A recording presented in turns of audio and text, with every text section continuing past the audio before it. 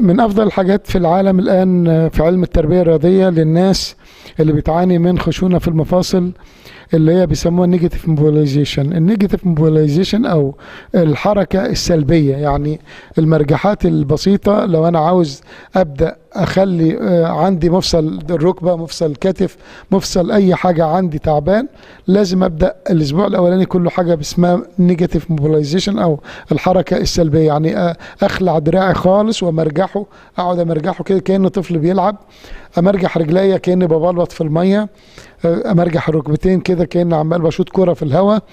التمرينات السلبية دي بتزود حاجة اسمها ساينوفيال فلويد او السائل الزلالي في الركبة او في الكتف او في المرفق او في الريست.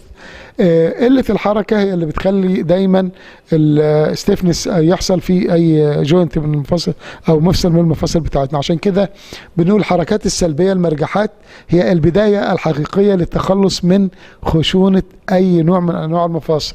حركات الصلاة من الحركات الأساسية اللي الآن تدرس في معظم الجامعات للوقاية من مشاكل الركب والمفاصل كده. كتير جدا من الناس أول ما ركبته تتعب يقول له الدكتور لو سمحت صلي على كرسي. إذا صلى على كرسي هيفضل طول حياته يصلي على كرسي وتنتهي قصته. بنقول له الفترة اللي فيها ألم شديد صلي على الكرسي.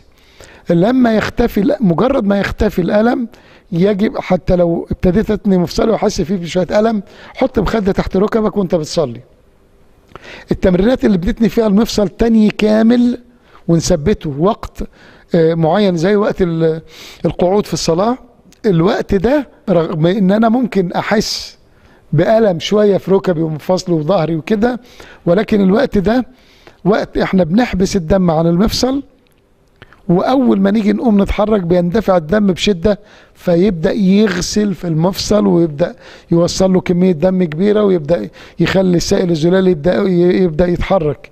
فحركات الصلاه بتعتبر اول وسيله لوسائل الوقايه من خشونه المفاصل.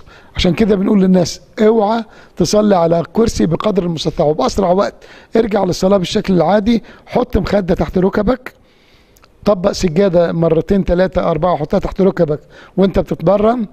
ما تتنيش ركبتك تاني جامد في اثناء الالم، وابدا اتنيها بالتدريج لحد ما توصل للقعود الكامل. اذا كنا بنتكلم عن خشونة الركبة، خشونة المفاصل محتاجة شوية تمرينات لتفكيك المفاصل. كلنا نشوف في افلام زمان كان الباشا يصحى الصبح بدري ينزل في الجنينه بتاعت القصر بتاعه يبدا يعمل شويه تمرينات بسيطه جدا، وتلاقي عمال بيلف صوابعه وبيطلع لفوق وبينزل لتحت.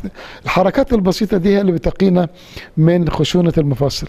الحركه هي الواقي الاول من خشونه المفاصل. طب اذا حصلت يبقى لازم ندهن شويه دهانات تساعد في زياده مرونه المفاصل. افضل زيتين في العالم اكتشفوا لزياده الحيويه والنشاط في الركب والمفاصل والتخلص من خشونه المفاصل هم زيتين بسيطين جدا ممكن نستخدمهم عشان ندهن ركبنا ومفاصلنا. الزيتين دول هم زيت الكافور وزيت الزنجبيل.